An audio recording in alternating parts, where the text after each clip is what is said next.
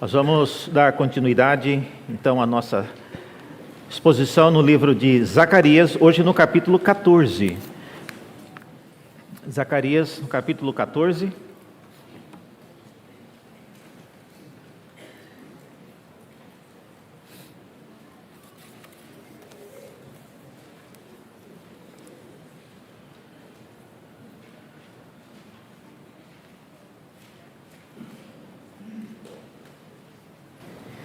Nós estamos já, esse mês, bastante corridos, nós pastores, estamos preparando o guia de pregação do ano que vem.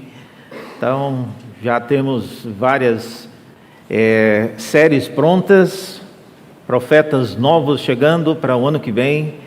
Então, orem por isso, é uma luta, nós estamos lutando contra o tempo, para dar tempo de ficar pronto para o final do ano, 1º de janeiro, guia de pregação. Ele já está pronto. Vem com novidades esse ano, ano que vem, o formato e também algumas atividades. Zacarias, no capítulo 14, então, é o texto que temos hoje. 13, perdão. Está até mostrando aqui, 13, de 7 a 9. Diz assim a palavra de Deus: levante-se, ó espada, e ataque o meu pastor e aquele que é o meu companheiro, diz o Senhor dos Exércitos. Fira o pastor, e as ovelhas ficarão dispersas. E voltarei a minha mão para os pequeninos. Em toda a terra, diz o Senhor, 2/3 delas serão eliminados e morrerão. Farei essa terça parte passar pelo fogo, e a purificarei, como se purifica a prata, e provarei como se prova o ouro, e eles invocarão o meu nome, e eu os atenderei. Direi: vocês são o meu povo, e eles responderão: o Senhor é o nosso Deus. Até aqui a palavra do Senhor. Vamos orar mais uma vez? Abra nossos olhos, a Deus, para enxergarmos na Tua palavra aquilo que nos edifica. Precisamos que o Teu Espírito, o mesmo que inspirou esta palavra, possa agora também aplicá-la em nossos corações. Sabendo disso, ó Deus, nós buscamos a Ti e rogamos que o Senhor use o pregador e ajude-nos todos a entender a Tua voz. Oramos pedindo isso em nome de Jesus. Amém. Meus irmãos, até onde Deus iria com a missão de castigar alguém? Até onde Deus levaria essa empreitada de disciplinar o seu povo? Nós vimos em outras ocasiões, semana passada, que a linguagem de Zacarias 11, por exemplo, falando que eu peguei o cajado chamado graça e o quebrei para anular a minha aliança que eu havia feito com todos os moradores da terra. Esse tipo de linguagem deixou-nos um pouco preocupados com o modo como Deus de fato age com o seu povo e se de fato é possível Deus quebrar a aliança.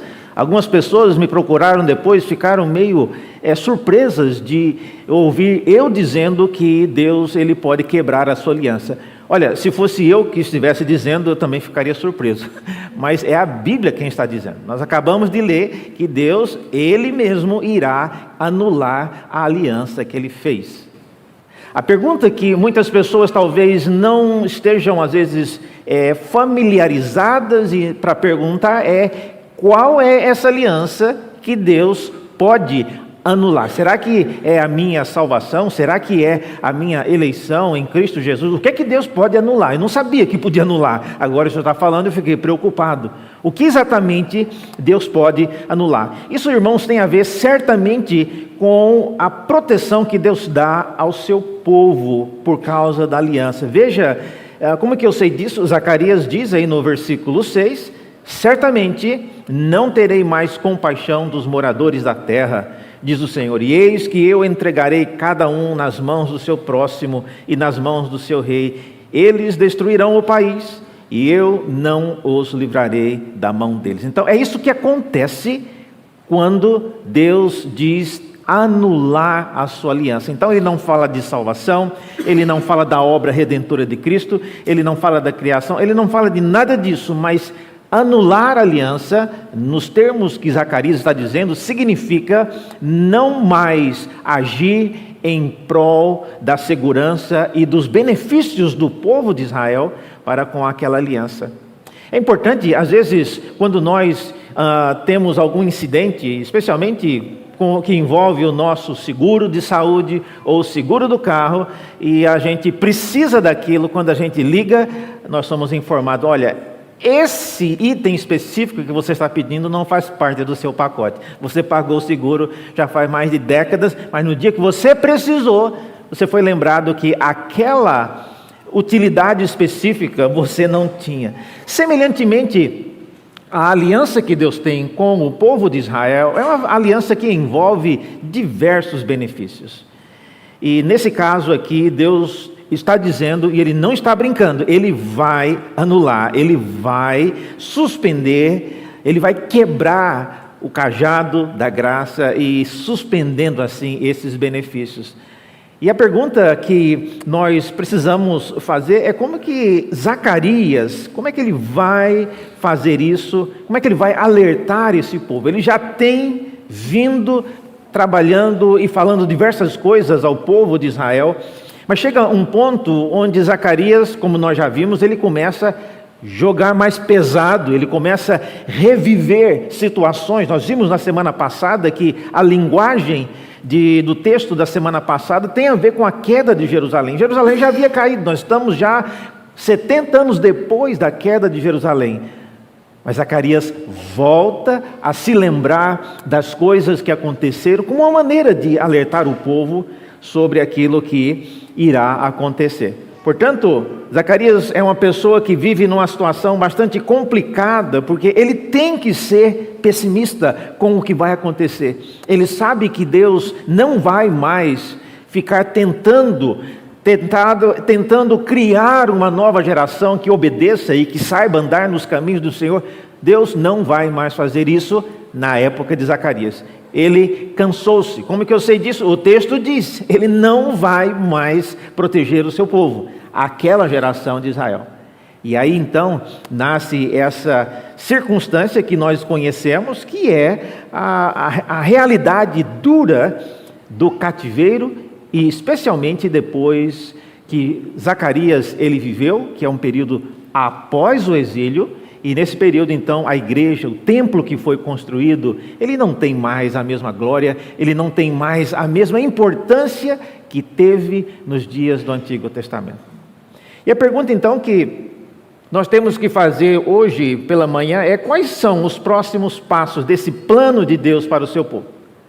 Se ele não vai mais proteger esse povo, e repito, não é povo todos nós, mas é aquela geração que viveu nos dias de Zacarias. O que é que Deus tem pela frente? Quais são os passos que Ele dará na sequência desse plano que Ele está anunciando aqui por meio do profeta Zacarias? Algumas coisas ficam bem claras no texto. A primeira delas é dito que o pastor ele será ferido, essa é a primeira coisa. A segunda coisa, as ovelhas serão dispersas. E em terceiro lugar, o remanescente. Remanescente significa aquele que sobra, a terça parte. Esse remanescente ainda será provado. Então eu queria então pensar nessas três coisas conosco nessa manhã. E vamos começar então com a primeira etapa depois, que Zacarias fala. A primeira etapa, então, é do pastor que será ferido. Veja no texto que nós lemos, no versículo 7, inicia, obviamente, falando de quem vai ferir esse pastor. Vocês viram aí, no versículo 7, uma linguagem, inclusive, forte, né? Levante-se, ó espada, e ataque o meu pastor, e aquele que é o meu companheiro, diz o Senhor dos Exércitos. Então, isso não é algo incomum, irmãos. A maneira como Deus usa e Ele personifica os instrumentos de castigo. No caso aqui, Deus está falando com a espada dele como se ela fosse alguém, não é mesmo? Levante-se, ó espada, e ataque o meu pastor. Isso não é raro. Se você, por exemplo, olhar em Jeremias, capítulo 47, é a mesma linguagem. E lá o profeta diz: ah, espada do Senhor, quando é que você vai parar? Volte para a sua bainha, descanse e fique quieta. Mas como pode ela ficar quieta se o Senhor lhe deu ordens e ela dirige contra Asquelon e contra a costa do mar? Veja, a espada do Senhor, irmãos, não é simplesmente um instrumento qualquer, mas é algo que é diretamente associado com Deus. Então, seja lá quem for matar esse pastor, é alguém que está vinculado, é alguém que está agindo em nome do Senhor. Também, quem for matar esse pastor, o fará, porque já é alguém, como já diz aqui, a espada do Senhor, ela já é conhecida por efetuar esses juízos. Então, é interessante a maneira como Zacarias põe isso. O ato de ferir o pastor, nós nem sabemos quem é esse pastor ainda, mas simplesmente o ato de ferir o pastor é algo já planejado, e quem executará isso é alguém que já é famoso por carregar os juízos do Senhor e executá-los. E também, uma coisa que a gente aprende por causa dessa passagem de Jeremias é que a espada do Senhor, uma vez acionada, ela não volta atrás, até que ela cumpra a sua missão. Diz o texto que mesmo que o profeta falasse: a espada do Senhor chega, e o profeta mesmo reconhece que a espada do Senhor, ela não retrocede enquanto ela não cumprir aquilo para o que ela foi designada. Portanto, essa é a primeira etapa desse plano de Deus. Ele irá ferir o pastor. A pergunta que vem na sequência é quem? Quem é o pastor que será ferido? Quem é esse pastor? Olha, o texto aí no versículo 7 menciona, se você tiver uma caneta e quiser sublinhar, há duas expressões que são usadas aí. Primeiro, ele chama esse pastor de o meu pastor, versículo 7. E depois diz também que ele é o meu companheiro. São duas expressões que marcam bastante a visão que o profeta tem desse pastor que será ferido. Ele é o meu pastor e também, o meu companheiro. A pergunta é: são duas pessoas, pastor? O senhor falou um pastor, mas agora está falando, parece que são duas. É o meu pastor e aquele que é o meu companheiro.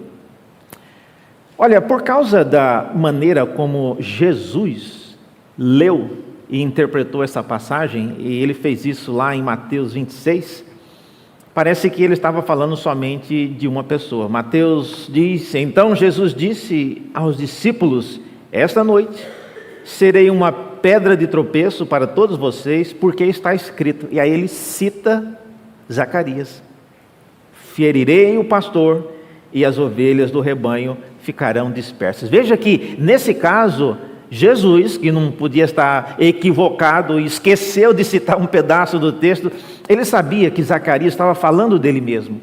Portanto, a referência ao meu pastor e aquele que é o meu companheiro, na verdade, é uma referência à mesma pessoa, que é, obviamente, a pessoa de Cristo. Então, é uma pessoa só.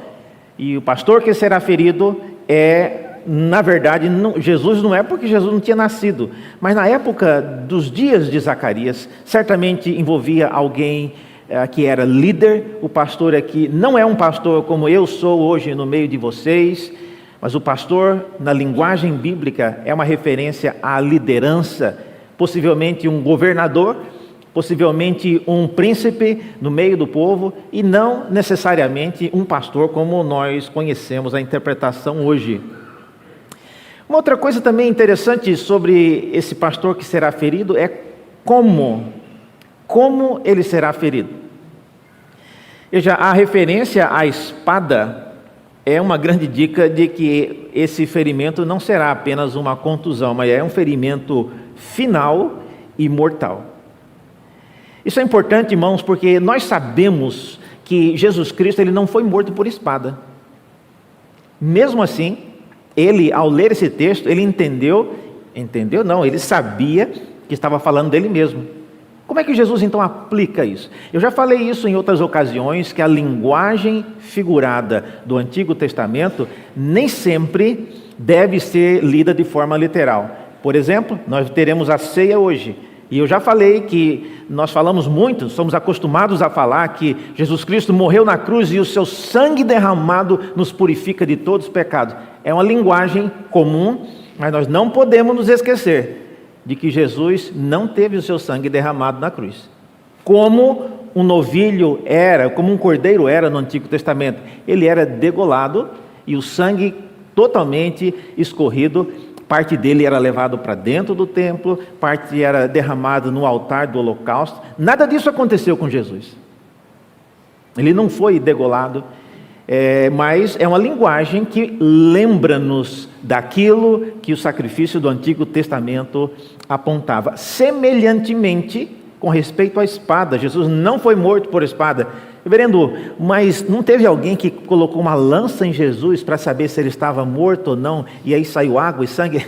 Mas a lança não foi usada para matar. A lança foi usada apenas para verificar se ele que estava na cruz já estava realmente morto ou não. É diferente. E a referência à espada, então, mostra claramente que o Antigo Testamento já antecipava a morte de Cristo como um golpe final e fatal. Então é isso que Deus espera para esse pastor que virá. E agora, irmãos, imaginem a população, o povo nos dias de Zacarias ouvindo isso. Zacarias falando disso, na época, quem era líder na época era Zorobabel, Neemias, Esdras e alguns dentre eles.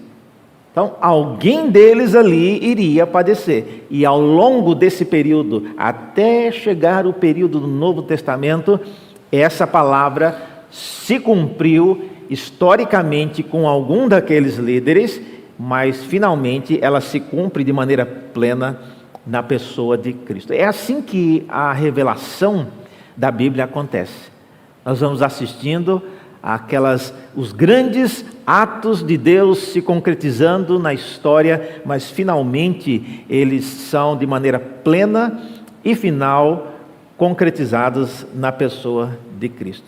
Portanto, esse é o primeiro passo desse plano de Deus. Ele vai ferir o pastor. Agora, uma coisa que depois de ter considerado essas coisas, a pergunta que fica é: por que o pastor precisa ser ferido e morto para início de conversa? Deus não pode só castigar o rebanho? Veja, isso me leva então ao segundo ponto, é que a morte do pastor irá, segundo Zacarias, dispersar as ovelhas. Então esse é o segundo propósito de Deus: matar o pastor e depois dispersar as ovelhas.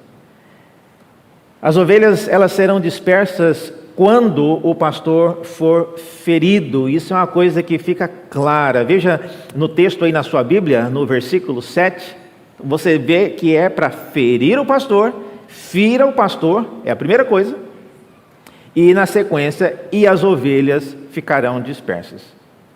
Então, são duas ações distintas. Primeiro, ferir o pastor e depois as ovelhas. Por causa disso, elas ficarão dispersas. Então, é algo programado. A dispersão das ovelhas não é simplesmente por causa delas perderem o caminho de volta para casa. E, meus irmãos, quando vocês leem, por exemplo, palavra no profeta Ezequiel, falando da ovelha perdida, falando da ovelha que foi desgarrada, não pense que a ovelha ela é desgarrada porque ela esqueceu o caminho de casa e o pastor foi mais rápido e ela ficou para trás e ela não sabe mais onde está o rebanho. Essa cena de ovelha desgarrada envolve certamente esse ato de Deus de ferir o pastor, e é por causa disso então que as ovelhas elas ficam desgarradas. Isso, veja, é algo que nós precisamos entender, que o ato de desgarrar não é um ato simplesmente voluntário. Na sequência, você vê que elas ficarão dispersas, e o próximo passo então é que o pastor, ferir o pastor significa deixá-las sem proteção. A dispersão não é apenas show, vá para lá. Não, dispersão é você tornar um rebanho agora sem qualquer proteção, e isso irá, obviamente, torná-los reféns, torná-los presa fácil para o inimigo. Então, é isso que ferir o pastor causa. Deixa o rebanho sem a proteção, sem qualquer alerta para o que pode acontecer, sem direção para onde ir. E veja, no texto que estávamos falando, né, ferir o pastor, vem na sequência aí, e então eu voltarei a minha mão para os pequeninos, e em toda a terra, diz o Senhor, 2/3 delas serão eliminados e morrerão, mas 1/3 parte irá sobreviver. Ou seja, dispersar não é apenas, como eu disse, espalhar. Dispersar envolve ser eliminado e morrer. Olha, eu não sei o que você está pensando disso tudo, mas que plano terrível esse que Deus está arquitetando para o seu povo. Que plano terrível, né? Matar o pastor para que as ovelhas fiquem dispersas e, em ficando dispersas, se tornam alvo do predador e são eliminadas e mortas. O que Deus está pensando a respeito do seu povo? Será que o nosso Deus é um Deus que realmente faz isso? Olha, irmãos, a Bíblia está dizendo que Ele fez. Então, quanto a isso, não precisamos nem perguntar se Ele faz. Não, Ele fez. O que nós precisamos saber é que Ele não faz isso sempre, Ele não faz isso em todo tempo e com todo mundo. Mas essa geração do povo de Israel viveu para experimentar esse castigo de Deus e que ficou de lição e de instrução para nós hoje. Estamos lendo aqui hoje algo que foi escrito 520 anos antes de Cristo para nossa instrução. Portanto, sim, Deus irá ferir o pastor, as ovelhas serão dispersas e essa dispersão culminará na morte dessas ovelhas, de boa parte delas. Diz o texto aí que 2/3 dessas ovelhas acabarão sendo mortas. Eu não sei quantos já leram e já ouviram sobre aquilo que aconteceu no episódio da queda de Jerusalém, nos dias do Antigo Testamento. Foi algo muito triste, irmãos, algo muito triste. Um dos profetas, e essa é a razão porque existe o livro chamado de Lamentações. Jeremias é um profeta que ele não lamenta só porque ele gosta de lamentar, ele está lamentando a queda de Jerusalém. E Deus dedicou, né, um livro especificamente para isso, para que um profeta redigisse em termos um lamento por causa da queda de Jerusalém. Ali em Jeremias, no livro de Lamentações, você percebe a dor e o pânico e o pavor que as mães que tinham crianças pequenas, as mães que estavam grávidas, elas enfrentaram no dia da queda de Jerusalém. Então foi algo horrível, foi algo que jamais ninguém nunca havia passado até aquele dia. E o que Zacarias está lembrando aquela geração é: meus irmãos, vocês passaram por isso, seus pais morreram naquele dia. E aqui estamos nós novamente precisando relembrar as mesmas coisas. Zacarias está confrontando uma geração que sim, está construindo o templo, mas ele percebe que é uma geração que não tem mais aquela devoção sincera e genuína que Deus espera dos seus adoradores. Deus não é um Deus que gosta de templo, irmãos. Ele não está muito preocupado com o templo, mas Ele está preocupado com aqueles que se achegam em seu templo para adorá-lo. Então, essa é uma coisa importante. O pastor será ferido, as ovelhas serão dispersas e mortas, e na sequência, então, ferir o pastor significa deixá-las sem proteção. Em terceiro lugar, o texto fala também de um remanescente.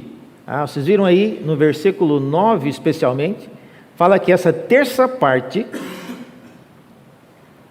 será colocada para passar pelo fogo. Eu esperaria que depois de ter perecido 2/3 do povo, já eu estaria satisfeito, não passaria mais ninguém pelo fogo, não. Mas diz o texto que depois que há 2/3 do povo de Israel ter sido disperso e, consequentemente, eliminado, Deus iria ainda purificar essa terceira parte. Então, o objetivo de dispersar as ovelhas não é apenas castigo, pelo jeito, mas Deus quer purificar. Deus está pensando em tratá-las para que aquele que permanecer, permaneça como pessoas que são fiéis. Veja o texto no versículo 9, ele diz: farei essa terça parte passar pelo fogo e purificarei. Está vendo? Então não é apenas castigo. Deus está buscando purificar o seu povo, como se purifica a prata, tirando toda a impureza que há.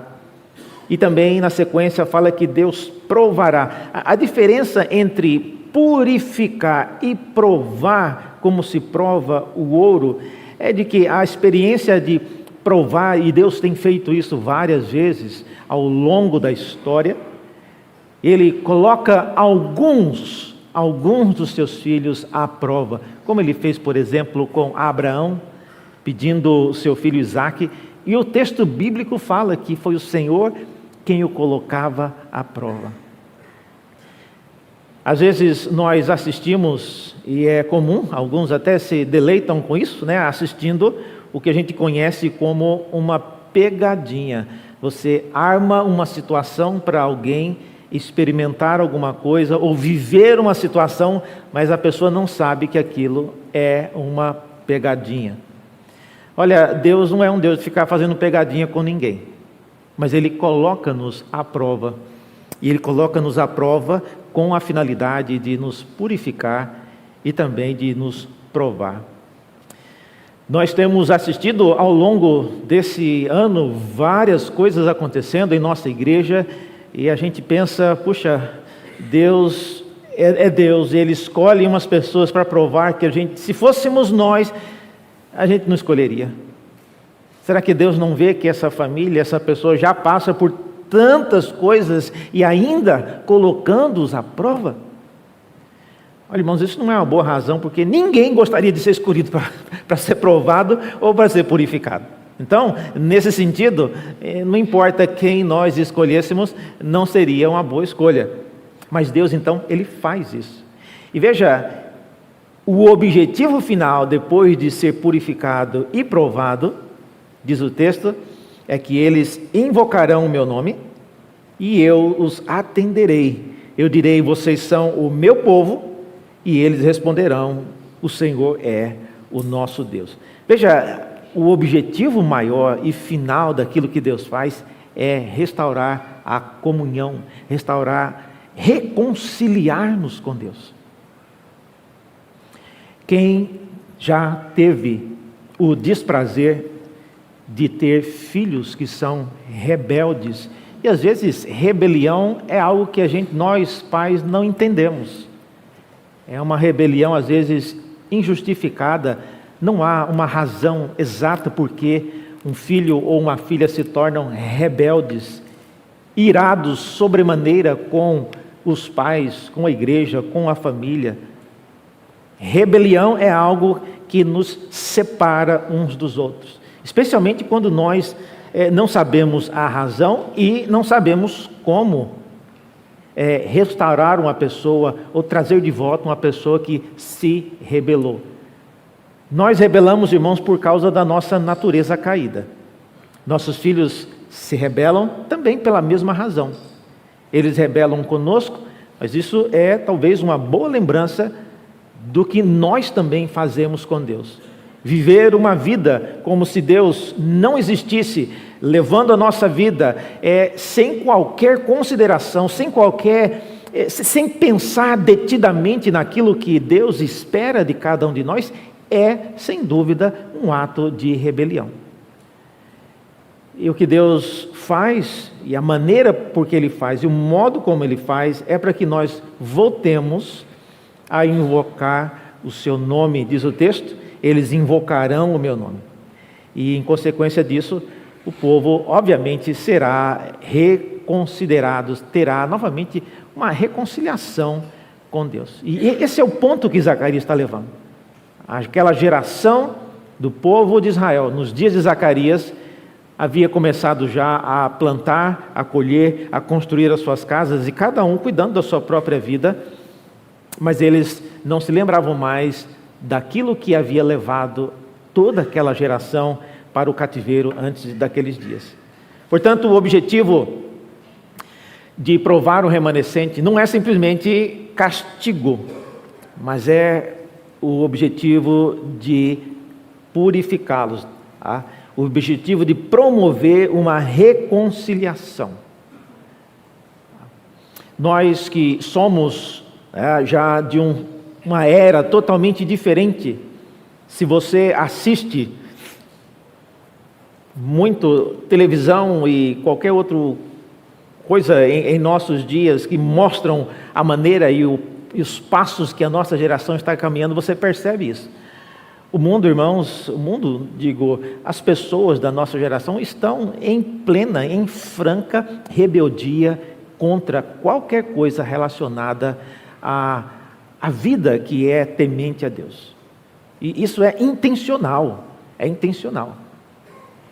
E precisamos estar atentos a isso, porque cada vez mais que nós nos envolvemos, e quem trabalha e depende do seu salário de uma empresa, que é uma empresa já militante em alguma área, em alguma direção que nós sabemos desagrada a Deus, a gente fica incomodado, porque nós somos parte de uma empresa cujo objetivo, cuja a função é agir de maneira contrária à vontade de Deus. E tem situações que não tem como nem você fazer nada.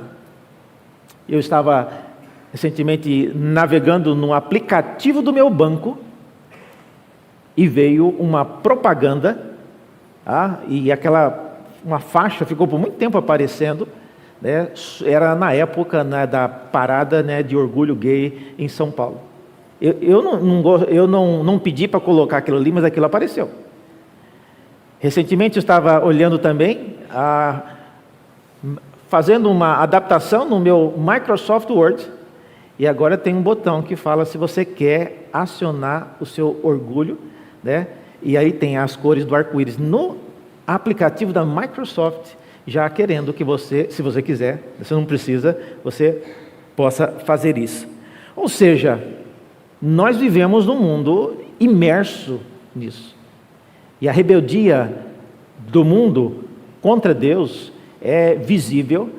E a pergunta que eu faço para a igreja de Santo Amaro, que se vocês estão aqui hoje, certamente vocês não estão nesse nível de rebeldia, mas como está a sua vida com Deus, a sua relação com Deus? E isso é extremamente importante.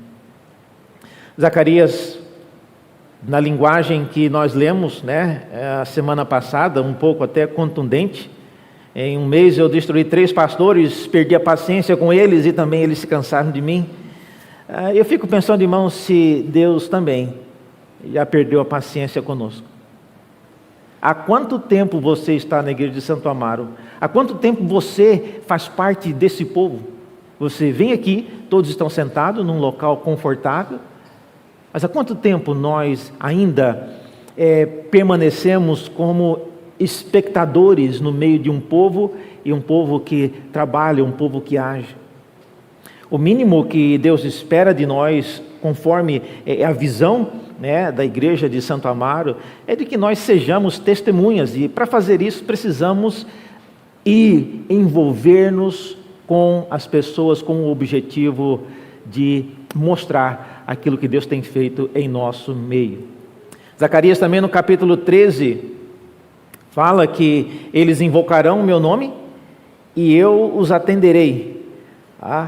Essa é a expectativa que nós temos de que Deus não é um Deus que guarda para sempre a sua ira e a sua indignação, mas Ele faz o que faz com o objetivo de nos atender quando nós agimos corretamente em relação a Ele. Então, o remanescente, ele será aprovado, e hoje em dia nós aqui vivemos em 2023, não somos mais esse remanescentes, irmãos. Esse remanescente viveu antes do período do Novo Testamento. Nós vivemos debaixo da nova aliança. E é por isso que quando Jesus menciona na ceia, ele menciona um pouco antes. Eu acho interessante que uma das conclusões que nós podemos chegar a esse respeito tem a ver exatamente com a ceia. Vocês viram que quando Jesus cita o texto que eu mencionei lá em Mateus, dele dizendo aos discípulos que ele seria castigado pela espada e as ovelhas seriam dispersas, esse é um texto que vem logo antes da Páscoa, ou seja, da ceia. Então Jesus sabia que a sua morte e a consequente dispersão das ovelhas era parte daquilo que Deus estava fazendo ao longo da história. Nós hoje não seremos dispersos, nós não somos pessoas que andaremos desgarrados, porque o nosso pastor foi ferido, o nosso pastor trouxe-nos de volta ao aprisco, o nosso pastor trouxe-nos de volta em paz com Deus. E aquilo que celebraremos em breve é uma lembrança disso. Quais conclusões então nós podemos chegar? Primeira delas, nunca se esqueça de que o nosso supremo pastor teve que ser ferido para que tivéssemos paz com Deus. Isso é uma coisa que eu queria que você saísse daqui lembrando. O nosso supremo pastor, não sou eu, viu gente? É o supremo pastor Jesus Cristo. Ele teve que ser ferido para que nós tivéssemos paz com Deus.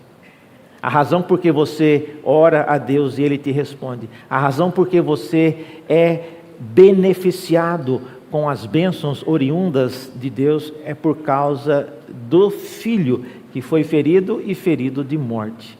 Isso é uma coisa importante para se lembrar. Quando tomando decisões na sua vida, qualquer que seja, que envolverá bastante dificuldade, dor, lembre-se disso. A razão por que você não perdoa alguém, a razão por que você tomou a decisão de seguir a sua vida, tudo isso precisa ser colocado em perspectiva com esse fato. O meu pastor um dia foi ferido para que eu tivesse paz com Deus. Isso é uma coisa importante. Segunda coisa que eu acho que devemos nos lembrar dela é que nunca se esqueça de que a dispersão, a qual sempre implica sofrimento, tem o objetivo de nos purificar e provar, preparando-nos para um novo relacionamento com Deus. Nunca se esqueça disso. Tem muitas pessoas aqui na igreja hoje que são dispersos de onde estiveram, de onde nasceram, são pessoas vindas de outros estados, não enxotadas por Deus, mas muitas pessoas peregrinam na vida. E Deus nos faz passar por situações bastante adversas, mas o objetivo disso é de nos preparar para um novo relacionamento com Deus. Deus não está interessado em pessoas que se relacionam com Ele como se fosse apenas um caixa eletrônico. Deus é um Deus pessoal e Ele quer relacionar-se conosco por meio do seu Filho de forma real também. Em terceiro e último lugar, nunca se esqueça de que o objetivo maior e final de Deus é sempre restaurar o nosso relacionamento com Ele. É por isso que Ele aceitou o sacrifício de Cristo, para que nós pudéssemos de novo ter acesso a Ele. É por isso que Ele aceitou que Cristo viesse e morresse em nosso lugar. Então, tudo isso tem a ver com o objetivo maior e final, que é restaurar o nosso relacionamento com Ele. Se você estivesse perguntando, mas reverendo, o objetivo maior do que Deus faz não é trazer glória para o seu nome? Olha, se nós estivermos rebeldes e longe dele, nós não o glorificaremos. Então, Deus é glorificado naquilo que o seu Filho fez, restaurando-nos novamente a comunhão com Ele. Então, esse é o objetivo maior. reconciliação. Eu creio que o apóstolo Paulo disse isso com as palavras que eu acho mostram claramente isso que eu quero dizer, e eu quero concluir com isso.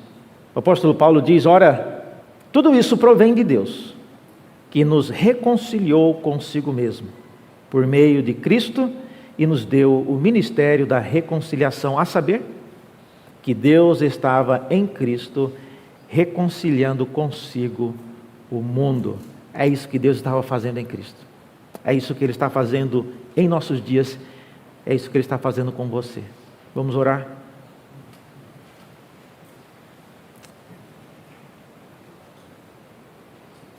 Senhor, ajuda-nos a andar em novidade de vida.